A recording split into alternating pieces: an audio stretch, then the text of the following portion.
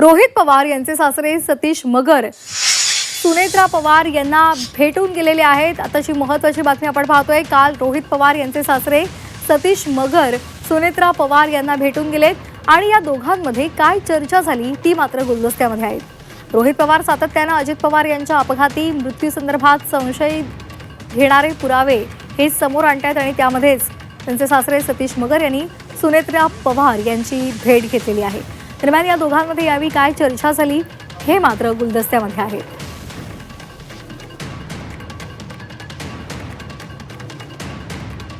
चंद्रकांत फुंदे आमचे प्रतिनिधी या संदर्भात अधिक माहिती देत आहेत। चंद्रकांत, काय नेमकी या दोघांदरम्यान चर्चा झाली असावी, काय नेमका कयास आणि बांधला जातोय?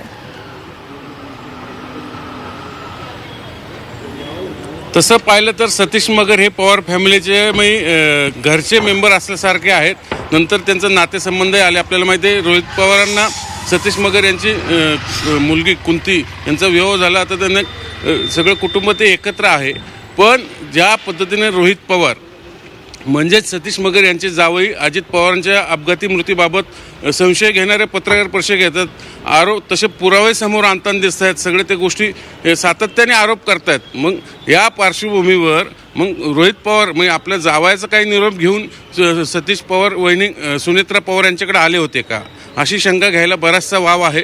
कारण सातत्याने आता पवार फॅमिलीतनं अजितदादांच्या अपघात सुरुवातीला शरद पवार बोलले की हा साधा अपघात आहे, याच्यावर कोणी संशय घेऊ नये। पण विलिनीकरणाची चर्चा सुरू झाली। पण विलिनीकरणाला राष्ट्रवादीतल्याच एका गटाकडनं प्रखर विरोध होऊ लागल्यानंतर रोहित पवार यांनी हा मुद्दा समोर आणला की अजितदादांच्या अपघाताबाबत मला काही शंका आहेत आणि त्यांनी रिसर प्रेझेंटेशन घेऊन तासाभराचं मुंबईत, तेही यशवंतराव चव्हाण सेंटरला, सगळ्यात महत्त्वाचं हे लोकेशन खूप महत्त्वाचं आहे पवार फॅमिली आणि राष्ट्रवादी पक्षासाठी।